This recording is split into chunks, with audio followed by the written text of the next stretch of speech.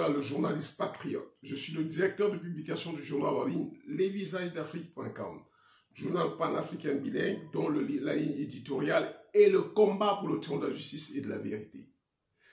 C'est un journal engagé donc à vous servir la version décolonisée de l'information. Entendez par là l'information juste, véritable, authentique, non biaisée et favorable à l'émergence de l'Afrique en général et du Cameroun en particulier. Merci à vous qui nous faites l'honneur d'être scotché sur notre chaîne Les Visages d'Afrique TV et sur la page éponyme sur Facebook. Entendez, Les Visages d'Afrique. Nous sommes basés à Yaoundé, au Cameroun. Et nous faisons cette sortie aujourd'hui, mais avant, nous allons rendre grâce à Dieu. Car Dieu, comme nous l'avons toujours dit, Dieu est Dieu. Que vous soyez musulman, chrétien, bouddhiste, judaïste ou animiste, Dieu est Dieu. Mais Dieu est différent de Satan.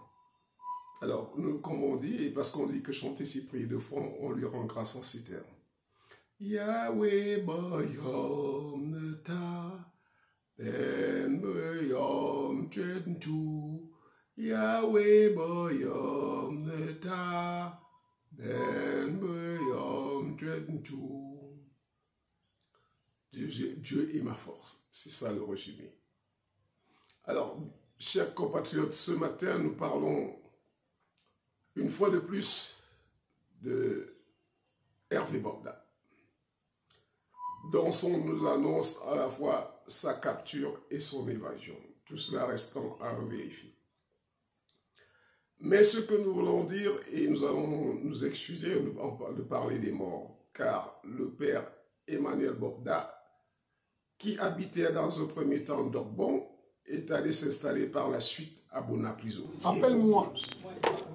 Commercial à la grande société multinationale Pichelé à l'époque, il avait pour directeur général Justin Diop.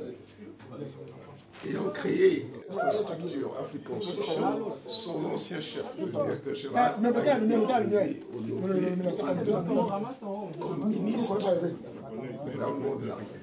De ces relations, Monsieur Emmanuel Bobda importa donc une première cargaison de ciment à 1,5 qui avait été entièrement détruit et versé en mer. Officiellement, disait-on, au non-paiement d'assurance, mais à la vérité, nous savons que la protection des intérêts de la France conformément aux accords secrets qui lient nos États coloniaux à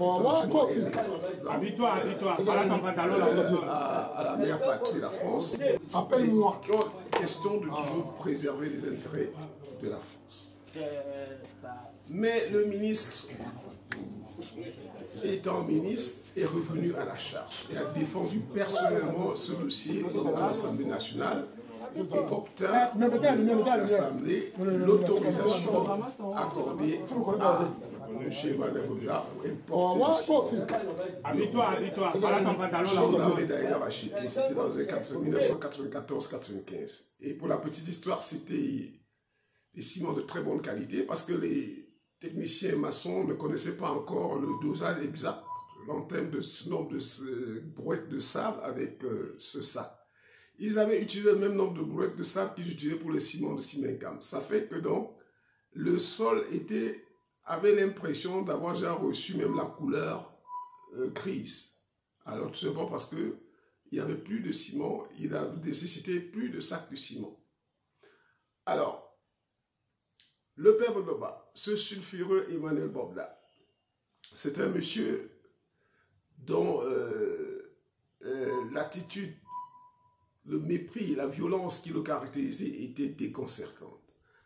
Voyez-vous que c'est ce monsieur qui, au cours d'une assemblée, séance des heures tontinales des hommes d'affaires du Cameroun, avait à un moment soulevé la table en menaçant de taper sur le patriarche François Victor. Et ce n'est pas tout. Tout en faisant fi des différentes attitudes de ce genre face à ses employés, nous voulons retenir juste un seul cas. Le cas de cet employé de la comptabilité qui avait décelé certains circuits de fraude, qui ayant informé son chef hiérarchique, M. Bobda l'avait menacé à l'arme parce qu'il n'était pas venu lui dire personnellement. Ce garçon fuya l'entreprise aussitôt Et pendant qu'il sortait, Bobda voulait l'appeler, le rattraper. Malheureusement pour lui, il était déjà dans la voiture pour partir.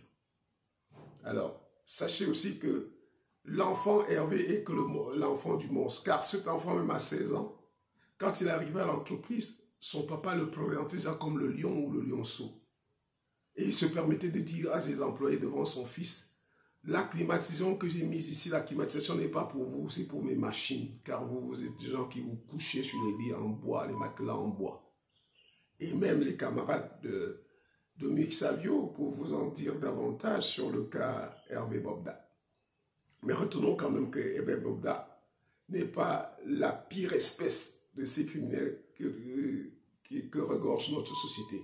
Ils sont bien nombreux et pire que Bobda, Hervé Bobda ici dehors, qui ne sont pas inquiétés. Même Hervé est inquiété seulement parce que les gens en ont... Et surtout parce que la presse occidentale nous a emboîté le pas. Il faut le retenir. Parce que ce Hervé Bobda était connu de tous. Propriétaire d'une grosse Camaro Chevrolet d'une valeur de 60 millions. C'est un monsieur qui, à chaque contrôle, se présentait comme colonel du BIR dont il abordait régulièrement le t-shirt. Et quand il était face à certains hommes de police intrépides, il faisait toujours appel à un certain de ses amis inspecteur Landry qui venait pour les interventions. Alors, et c'était un réseau, il avait son ami qui avait un café à côté de la pharmacie John Joe à Bonaprise. D'ailleurs, c'était son point de chute où il recrutait ses principales victimes. Hein? Dont le propriétaire était aussi un des amis de ce Landry. C'est Landry, parce que c'est chez ce monsieur que Bobda a acheté sa voiture à la Maïtur, ce dépôt de voiture qui se trouve Maïtur Bonamoussadi. Et ce même propriétaire de café, ils avaient tous deux cet ami commun, c'est l'inspecteur Landry. Alors, donc, Hervé Bobda n'est que le fruit, la pure espèce de ce qu'a évolué que soit son père. Voilà. Et aujourd'hui, on annonce l'avoir arrêté, on a vu les images de sa capture, mais curieusement, on nous dit encore qu'il s'est évadé. Allez donc savoir si c'est vrai. Mais nous voulons dire que Hervé Bobda est tout ce qu'il est, mais c'est le fruit de la société, c'est le renouveau qui... Il vous dit qu'il n'est pas là, il y a pire que lui, est connu, protégé dans les hautes sphères de la société, mais qui sont nullement inquiétés. Aujourd'hui est venu l'heure de Hervé Bobda, parlons-en, mais sachant qu'il y a pire que lui, et que si les autorités camerounaises veulent être sérieuses, elles doivent sévir contre ces gens. Il ne faut plus qu'on ait toujours l'impression que parce que quelqu'un s'est compromis, s'est soumis, a ramassé la clé, il est au-dessus de la loi. Il faut que ça change. Le Cameroun doit être un état de droit et non une jungle où quelqu'un peut se permettre à l'arme venir contraindre une femme sur la route à le suivre. Il faut que ça cesse. Merci.